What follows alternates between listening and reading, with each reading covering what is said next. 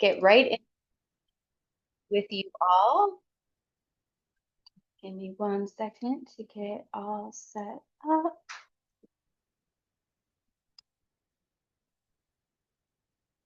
Here we go.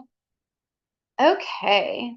So thank you all for joining me today. I am here to talk about our Virginia Living with Black Bears program that uses a relationship we have with our volunteer program here in Virginia.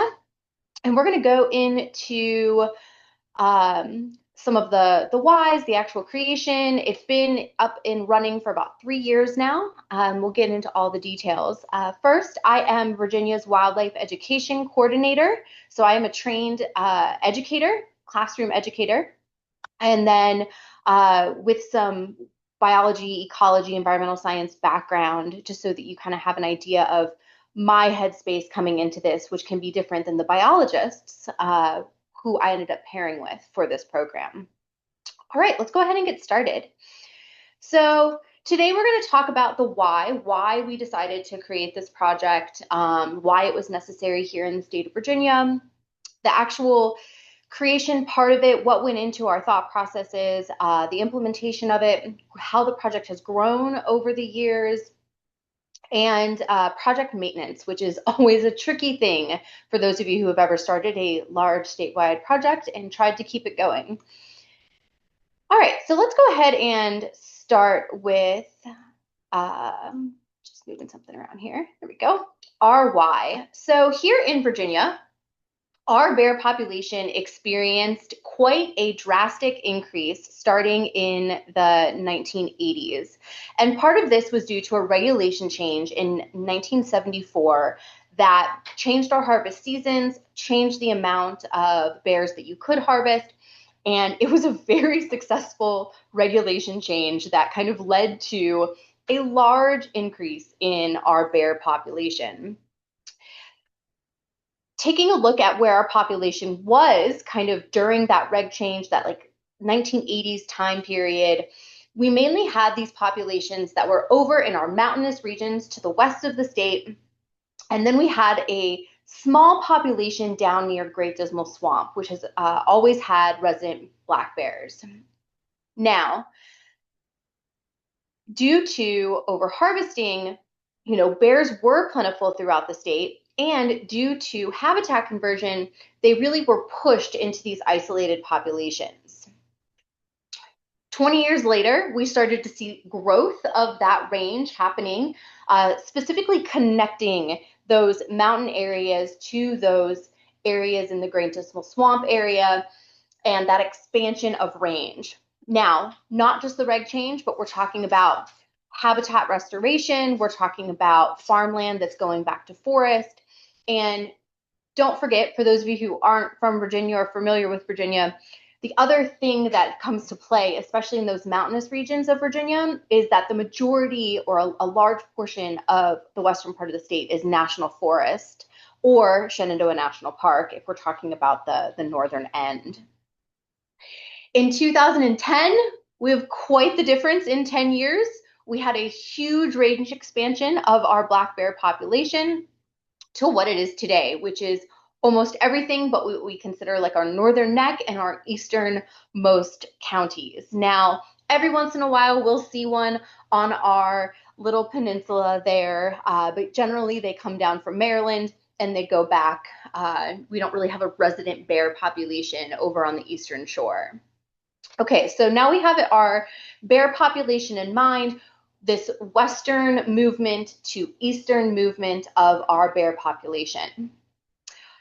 During this same time, especially during that 2010 until now, we've also had a lot of human population growth within the state of Virginia. In this particular map, all the counties that are a deep red saw over 20% population growth. That growth continued in many of those counties between 2010 and 2020, specifically in the Northern Virginia, the Northern Piedmont area near Fredericksburg, above 64 if you're familiar. So if you cut the state basically in half horizontally, that northern part of the state was seeing a large amount of growth. The southern part of the state, not so much. And then during that COVID time, that post-COVID time, we saw a lot of people moving out of urban centers into more rural or suburban areas, which meant they were also moving kind of east to west within the state because the western part of the state tends to be more rural. They were moving out of the city centers into their counties more and more, showing a lot of county growth. And so what we ended up having here was this convergence. We had the black bears moving east, the people kind of moving west and outside of their city centers. And so we kind of had 1 million people now living with black bears that we didn't necessarily have before. And of course, anytime you have humans and black bears coming together, you are going to have some human-bear conflicts. It is important to note that conflict can mean something different to different people. If you've never seen a black bear in your life and you went ahead and saw that bear swimming in your kiddie pool outside of a sliding glass door, that to you might be a 5-alarm fire, huge conflict, somebody help. Other people would be taking photos and sending them to all of their friends. So important to realize here that conflict can mean several different things. But we do have a way of kind of figuring out what conflicts are happening around the state. So we have a wildlife conflict helpline ran with partnership with the USDA. And this conflict helpline doesn't just do bears, they do all sorts of wildlife conflict throughout the state. They run Monday through Friday, basically regular business hours. And you are looking at an updated map. The calls when we started this project in 2022 actually looked very similar to what you have here. The light green states, or I'm sorry, counties, the light green counties hardly have any calls. And if you get into the kind of orange color, it's this horrible color map. I'm really sorry. I don't make it, so hopefully you'll be able to tell some of the color differences just by shades. And then when we get into the really deep colors, that is our highest amount of calls. So we have a county in Northern Virginia that has a really high number of calls. And you might say, well, why Northern Virginia? We have a lot of waterways. So our bears like to, use kind of those wildlife corridors, those waterways. And so they show up in some places. They don't stay long, but we do get a lot of calls. And then we have this highly populated area in the western part of our state, which is the counties surrounding the cities of Lynchburg, Roanoke, and Blacksburg, which are kind of our most populated cities in that western kind of mid part of the state. So what are these calls about? Most of them are a bear got into my trash. Something needs to be done. A bear got into my trash. The others, the bear got into my bird feeder. They tore down my bird feeder. They're coming up on my porch to eat my bird seed out of my bird feeder. And then we do have some others, which are just simply sightings, property damage. Typically, that's along the lines of really, smushing a trash can, tearing down bird feeders. It can be got into my hot tub cover, since it kind of smells like that same chemical anthills give out, or my motorcycle seat cover, my grill, tossed my grill across the deck, because a lot of people don't think about grills as being a attractant to a black bear. And then just some concern for safety. Bears are very large animals, and most people don't know a ton about their behaviors. And so they may think a bear standing there not leaving. They can't see something, but they smell something, and so they stand up. That's going to obviously put a human that doesn't know that that's just a curiosity behavior, not an aggressive behavior, in a very different mindset. So this is all part of that why. when we look at our agency as a whole, we do have a bear conflict management plan that's part of our larger Black Bear plan. And we do have some agency kind of missions and visions. And so I wanted to share that with you because we're now moving from the, okay, well, we have these bears moving, we have these people moving, they're overlapping, what do we do, to specifically what the Virginia Department of Wildlife Resources does. So our job is to conserve and manage wildlife populations and habitats for the benefit of the present and future generations. So we want black bears to be around. We are happy that they are here, and we're happy that they have reestablished throughout their range. But we also have this requirement of protecting people and property and promoting safe outdoor experiences and managing those human-wildlife conflicts. It's right there in our mission. And so how do we tend to do this?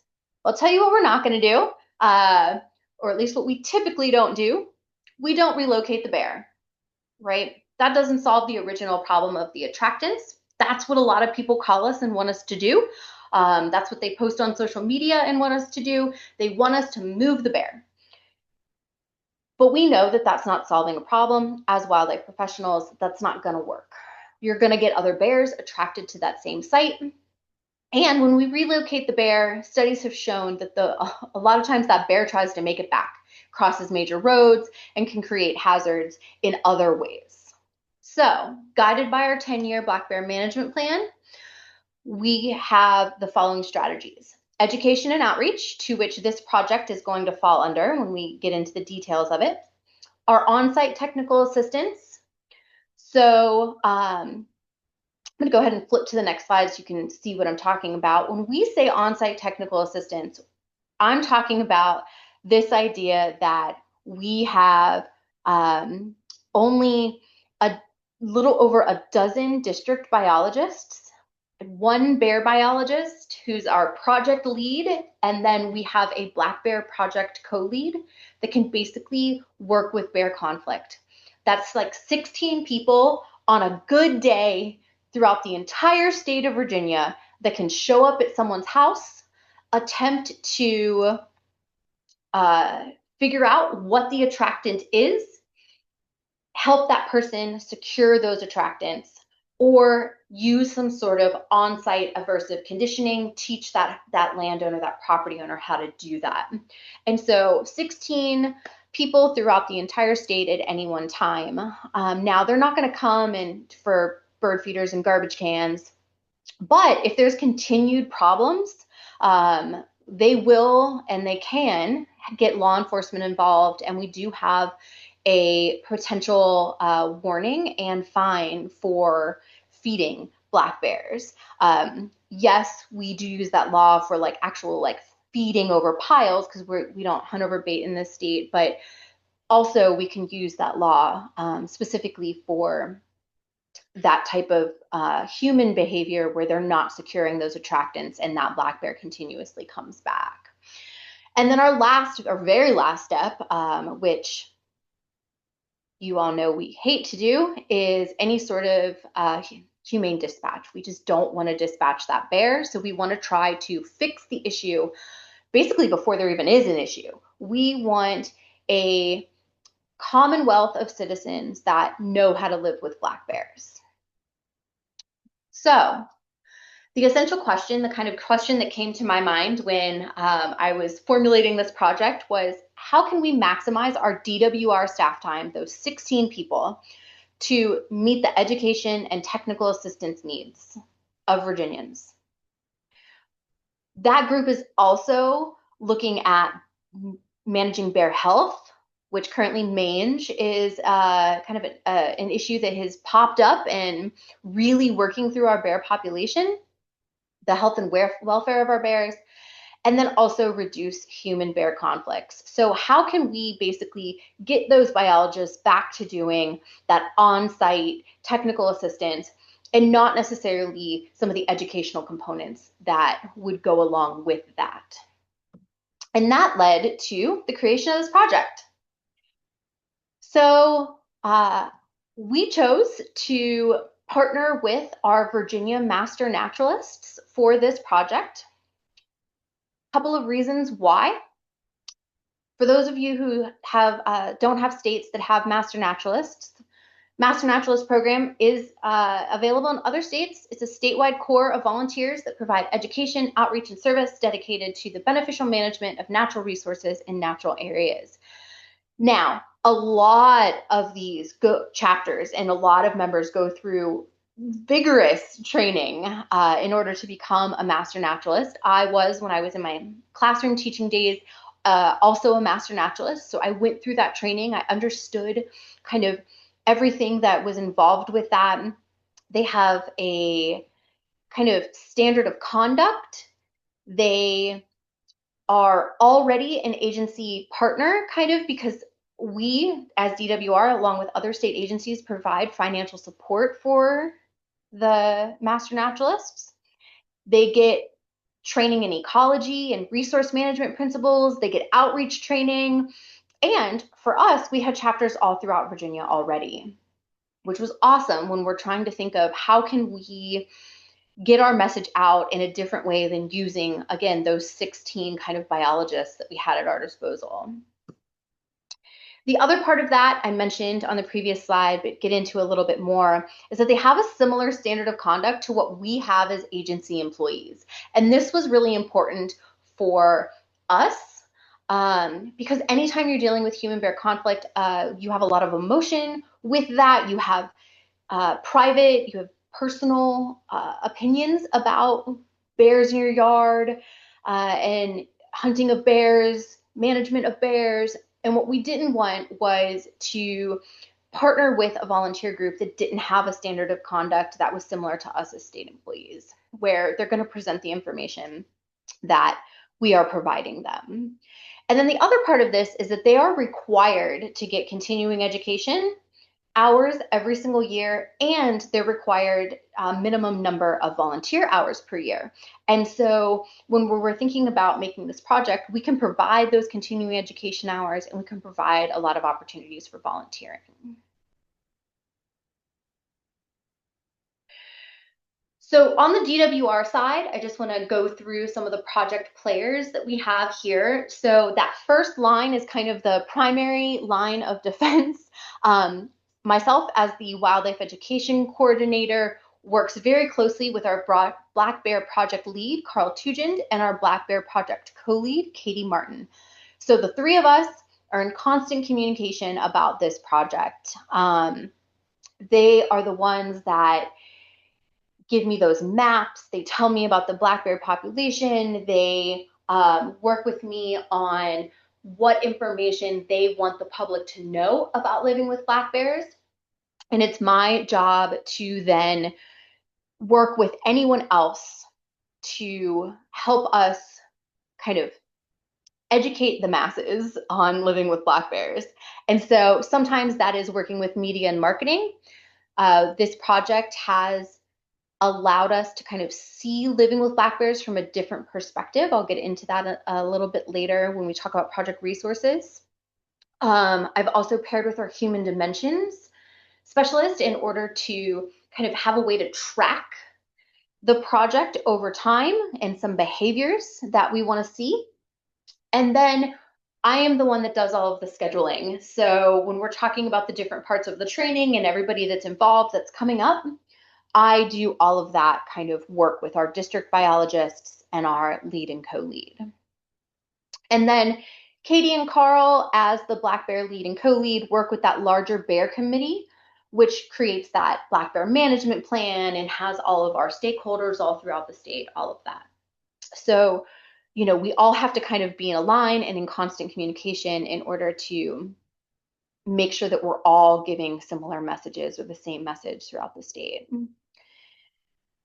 So this particular project purpose was written into our plan for the Master Naturalist is to spread awareness and education on living with black bears to a broader audience in hopes to alleviate negative interactions and eliminate human-bear conflict across the state of Virginia.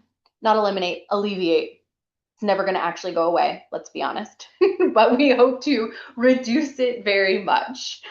And then we also wanted to take this opportunity to strengthen DWR's partnership with our Master Naturalist and utilize them as a knowledgeable group of community educators that can provide place-based black bear education. They know their communities, they know the places to go, they're living there, they know which library gets the best turnout for presentations if they, are in that area, or which community festival they should go to. Whereas as a state employee, statewide kind of employee, I'm not going to know that. So in my mind, utilizing these master naturalists is like the real key to this project because they know their communities. And then going back to our black bear management plan, which I've mentioned a couple of times, we actually do have preventing and reducing human bear conflict as a goal. And one of those goals was to develop an educational and outreach program. Okay, so I'm going to pause there for just a second. And Dinez, I don't know if there's any questions that have sprung up or anything like that. There are not any questions as of yet. Okay, awesome. Just wanted to make sure. I'll get it back up then. Couldn't see the chat, so I just wanted to make sure.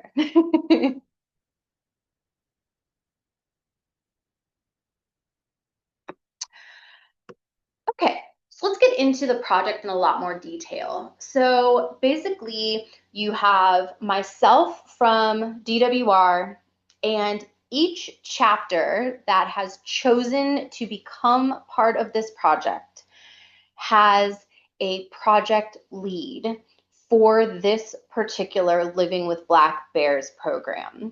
And so between myself and that chapter project lead, we do all of the coordination. We do all of the back and forth, phone calls, email sharing. And then myself, I work with that bear team so that they are isolated and kind of not inundated with all sorts of questions from a full Master Naturalist chapter, which can be, thousands of people across the state.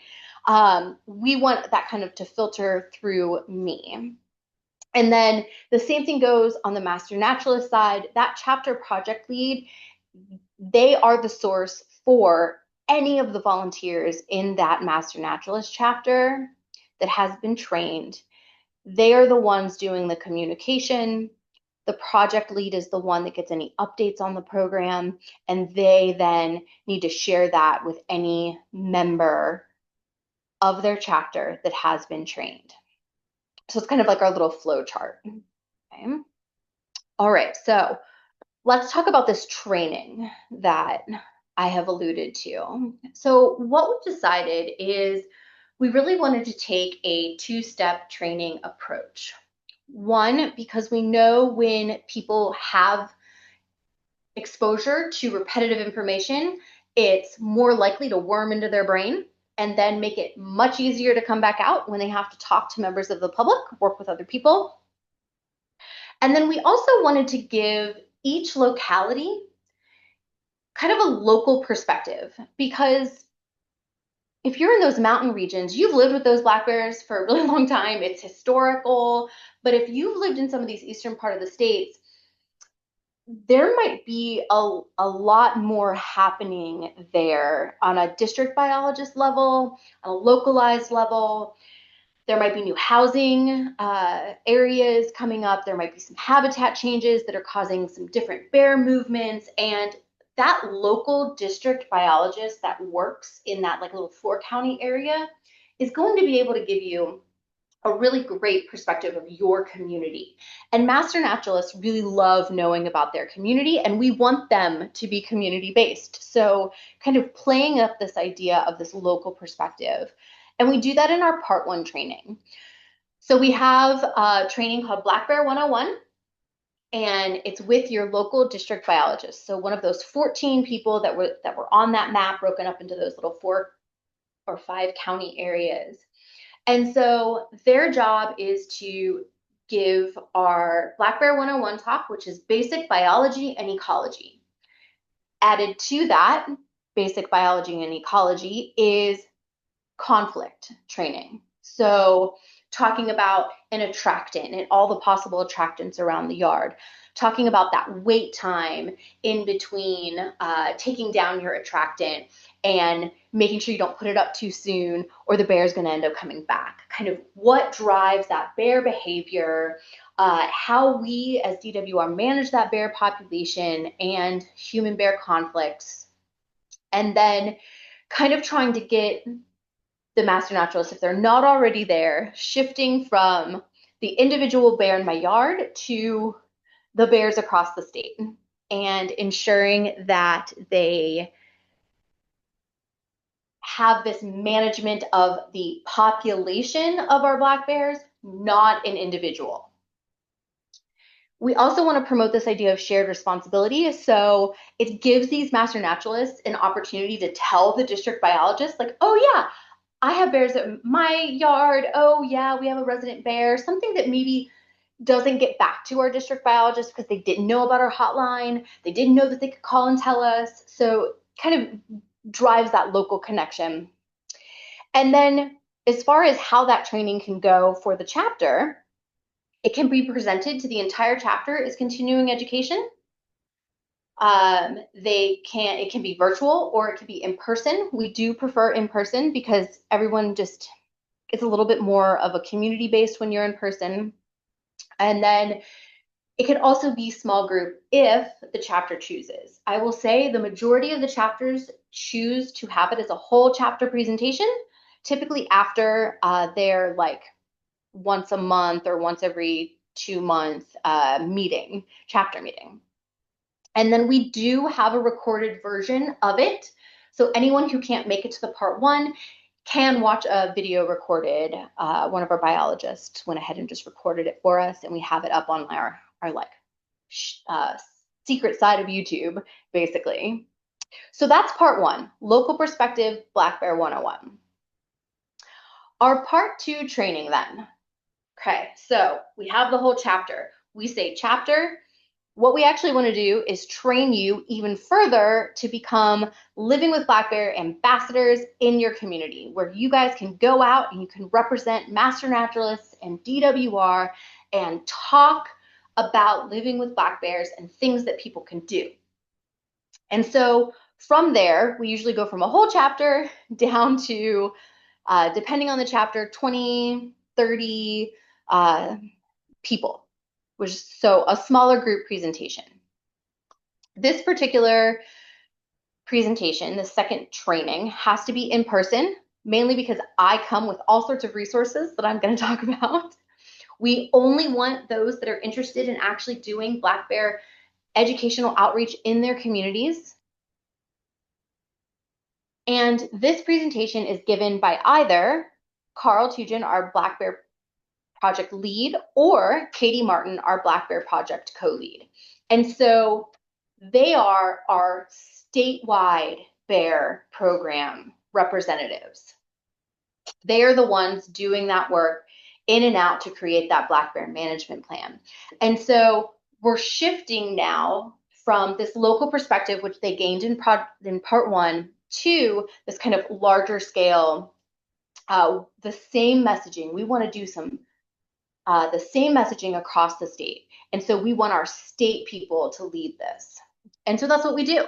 We actually present to that small group of outreach-minded people the same exact presentation that they can present to the public as part of this project.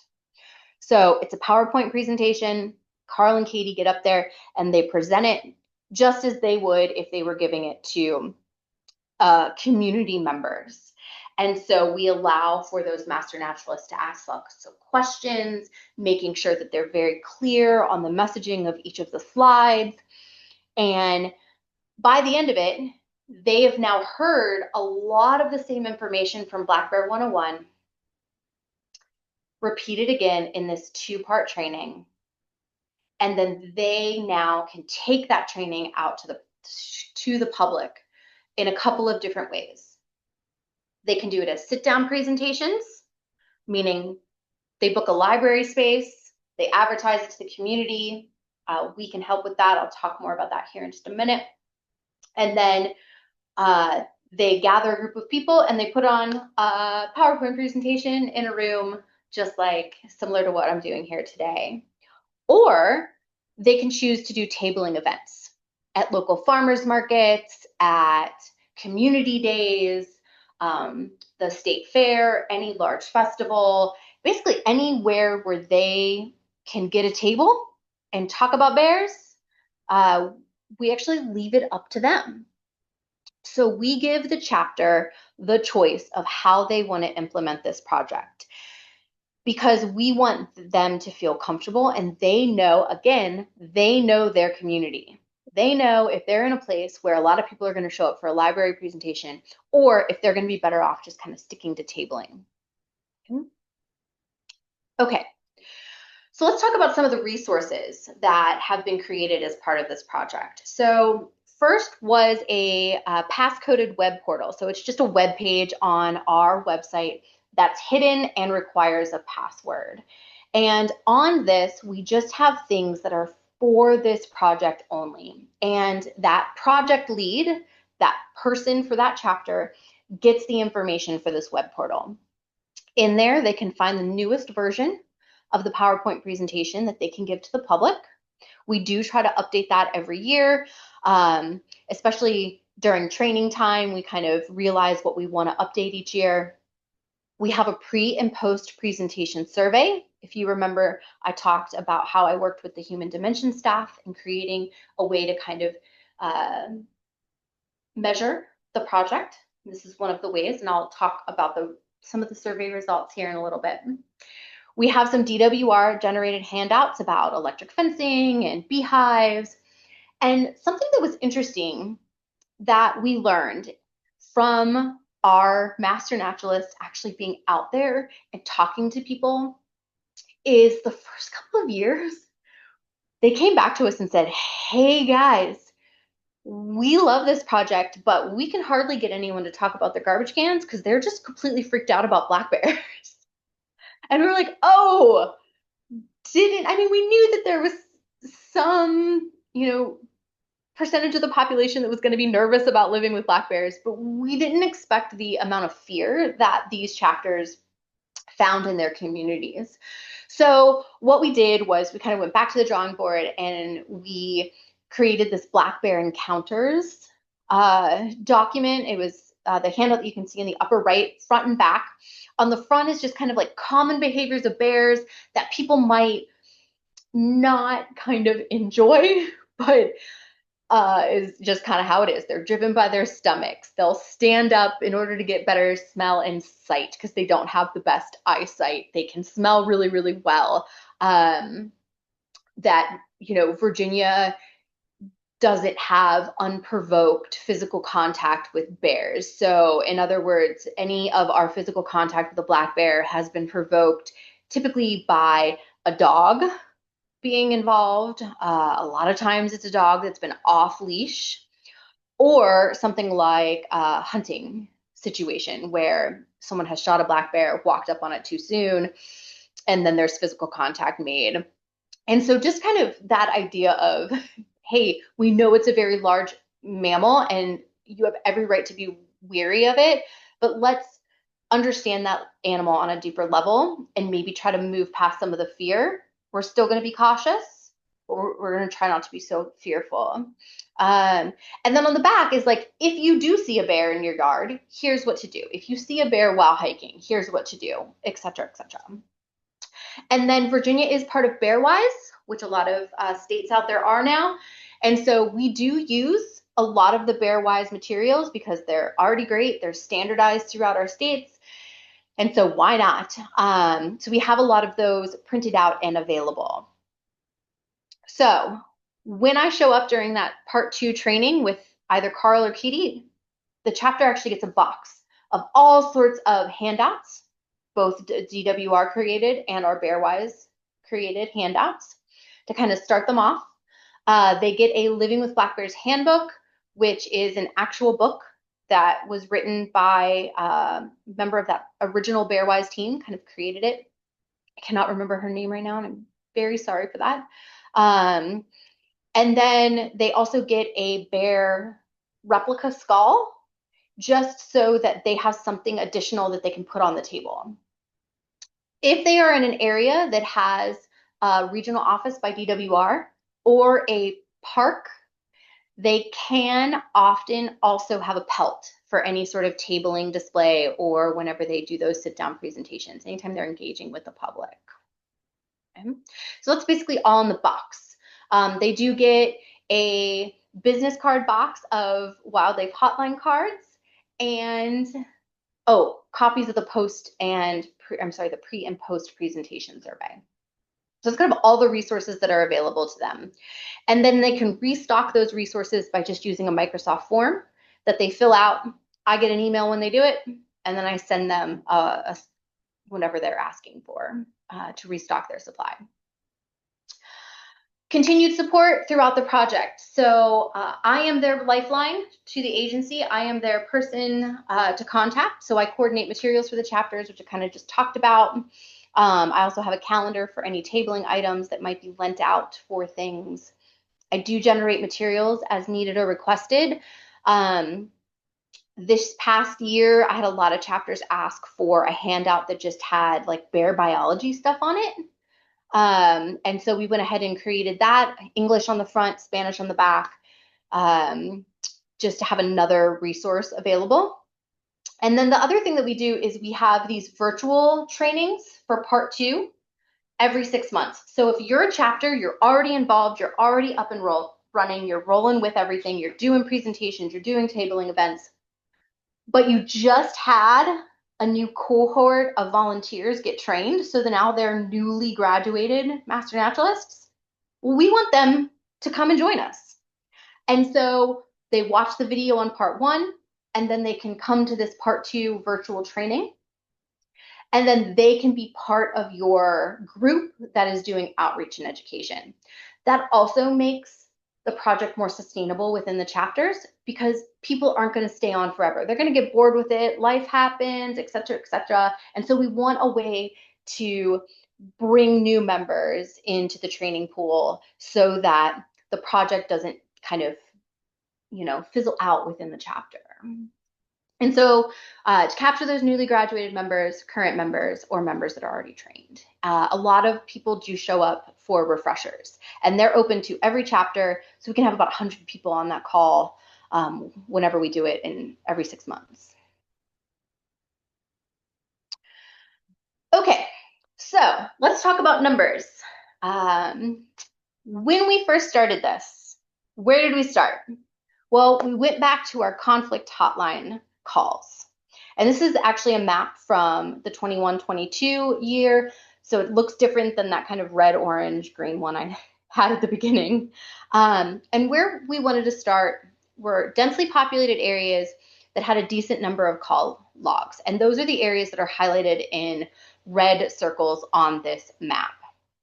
They're also listed at the bottom. It would be our Fairfax chapter, which is in Northern Virginia, our Pocahontas and Riverine chapters, which are north and south of Richmond, our Roanoke Valley chapter, which is kind of in that heart of the southwestern part, our Central Blue Ridge chapter, which has a big ski resort in the state and a lot of a transient community, so coming in to ski and leaving all throughout, and they also doing a bunch of summer events, so that they really have just people coming in and out of there all the time, which can create opportunities for black bears.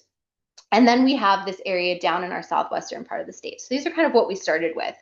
Out of those 6 chapters, 4 decided to hop on to our pilot program. So that happened in the fall of 2022. We trained 4 chapters, and it really started maybe late summer, early fall, and they got to work. I got to tell you, because we did not start, right when 2022 began. And so they already, those little 4 chapters, one of them only had 7 people that wanted to do it, contributed 307 volunteer hours. They talked to 8,500 people about living with black bears, which was crazy to us. A lot of those contacts came from one very large event, though, because one of the chapters is in the exact area where the State Fair of Virginia happened. So when we're talking about what activities did those chapters complete, there were 3 local community tabling events and 2 multi-day tabling events. So our state fair lasts for 10 days. That was thousands and thousands of people that they were talking to bears about. And then our other big festival is Go Fest, which is a huge outdoor festival down in the Roanoke area. And so between those two, that's where a lot of those direct contacts uh, were kind of accumulated. So volunteers who did this program at the state fair, they reported that felt like they made a significant impact based on the kind of questions that were answered and the reactions of the visitors and the fact that they knew the answers. The people felt like they were trained well and they could give that information with a feeling of confidence. In 2023, we trained 3 more chapters, so now we have a total of 7. I did present the project at the state conference, the Master Naturalist State Conference in late 2023, just to generate some talk about the conference throughout all of the state chapters.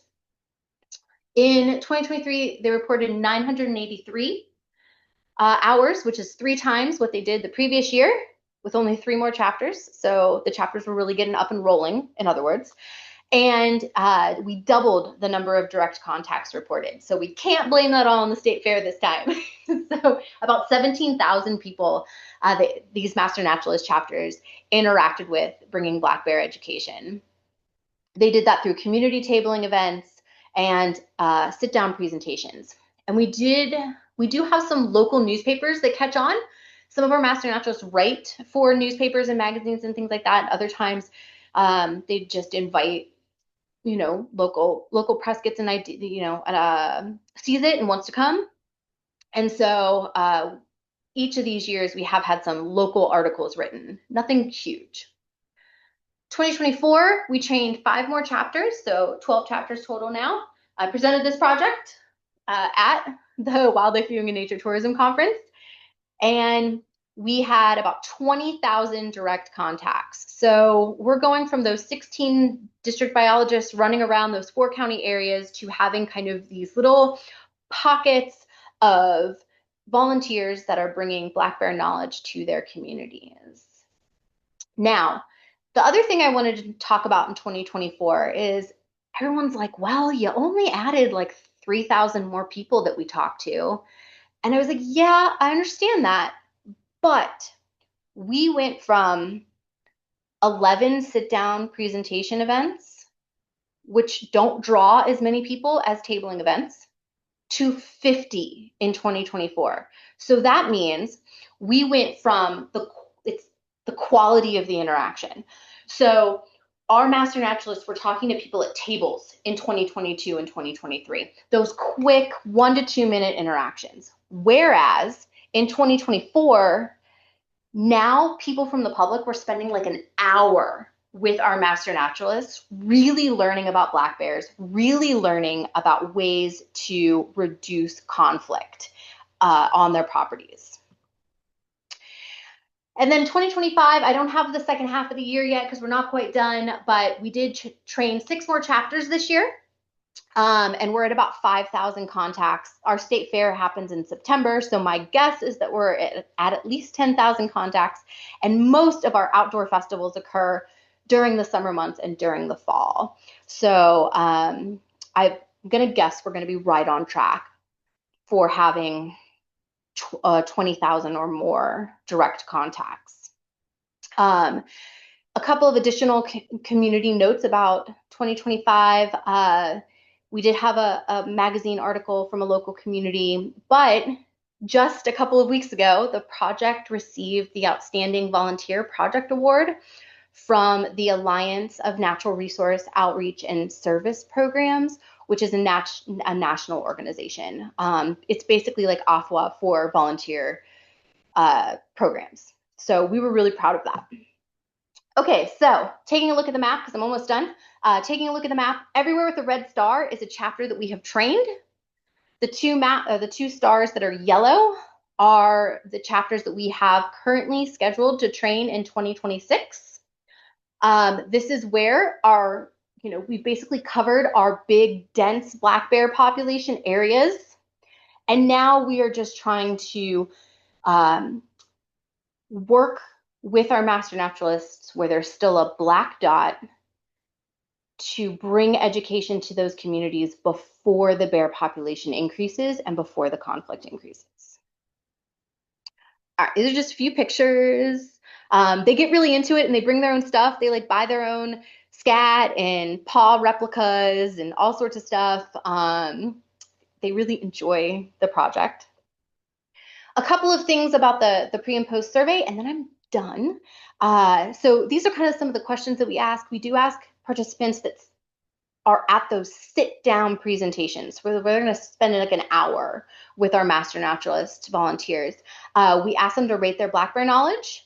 How do they feel about it? And in the beginning, a large majority of them say, oh, I know a little bit about black bears.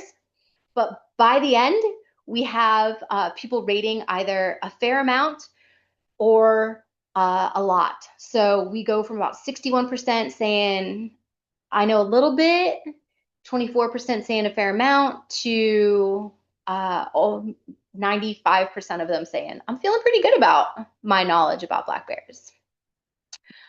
And then we also ask for very specific behaviors. And so I want to call two behaviors out. So before the presentation, we ask them, do you do these things?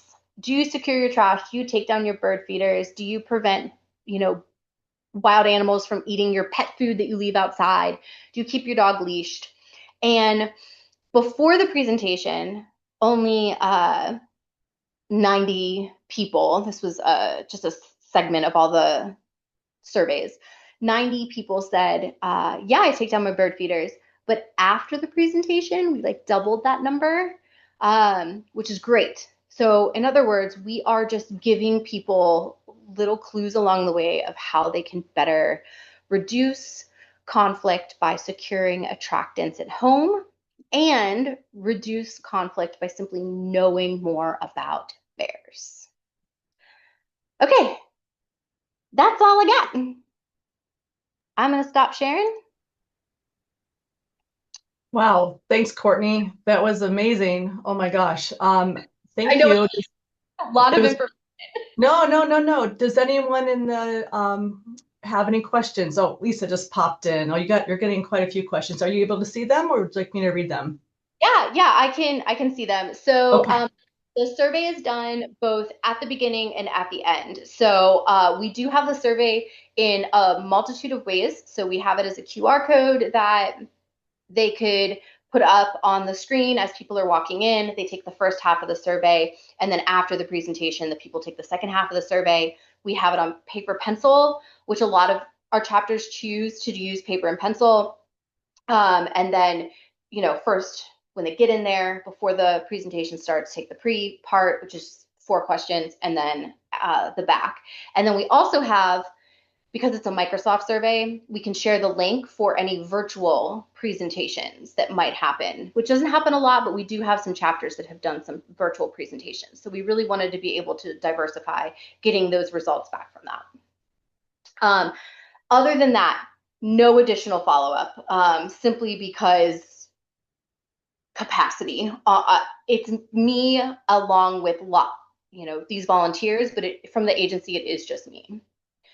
Currently, we do not use DWR volunteers, Lisa, and that is because we want the volunteers to have a community around them, which Master Naturalist kind of already has. So it's not just a single volunteer feeling like they have to do all of this stuff. Our volunteer coordinator for DWR and I have talked about bringing individual volunteers into it, which might happen. It's just figuring out how we get them all together for that in person. How do we get the materials? Where does that get stored? All of that stuff that just comes easier with Master Naturalist chapters than our DWR individual volunteers. Do you allow volunteers to join bios when they have a person respond? So we do have some biologists that are more willing to have volunteers kind of tag along, and I'm sure we could. I haven't had any master naturalists ask for that type of opportunity, but I will say that part of why we do that local perspective is a lot of those biologists are like, hey, if you have any problems, just call or email me. Here's my information. So that could be happening. Danielle, I believe that was you who asked that question. That could be happening and I don't even know about it. Um, yeah. So change in behavior, yes, I know. It is what they think they'll do versus what they're actually doing. So our hope is that we are going to start seeing a reduction in bear calls to the hotline. That is our measurement. Our long-term measurement is, Lisa, that's what we are planning on using. But we just thought it would be also nice to have that kind of pre and post, like, hey, what are you doing? And what do you think you're going to do, as just an analysis for someone to sit in that. So I haven't seen the numbers from this year. We wanted to give it a couple of years to see that reduction in bear calls. And in fact, in Roanoke, which was one of our first chapters, they saw an increase in bear calls because they had bears downtown. So unfortunately, it can be really hard for us to tease out when it's simply a bear sighting. So those colors on the map are all the cumulative calls. And so we have to do more digging into the actual trash bird feeders conflict calls to, I just saw a black bear downtown in a tree, oh my gosh, situation, which has happened in a couple of our trained areas, which inflates the call numbers to the hotline.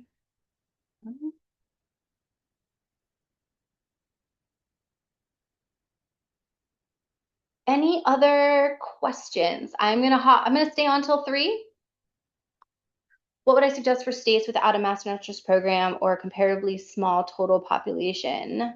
I would consider using less credentialed volunteers. So, in back to Lisa's question kind of earlier, as far as our DWR volunteers, I would consider a lot of them to be less credentialed because they're not going through any sort of rigorous biological uh, content and then taking some sort of test or quiz or whatever as our master naturalists do, and they're not getting that continuing education. And so what I would do if I were using less credentialed volunteers is I would come up with a standard of conduct.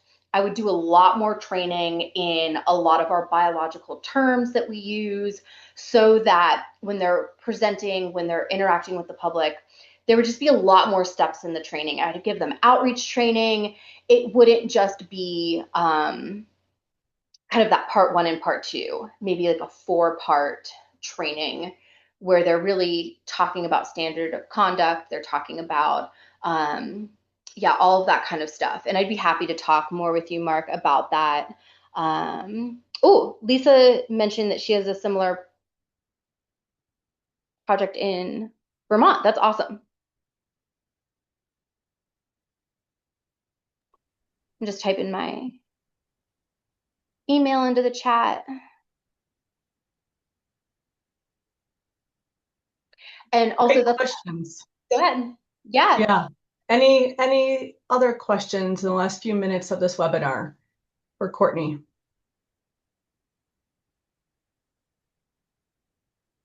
If Yeah. not, you now have Courtney's information in the chat, her email, so you can reach out to her. And I dropped a few things in the chat as far as resources and references. So thank you, everyone, for attending today, and have a great rest of your day. Thank you so much.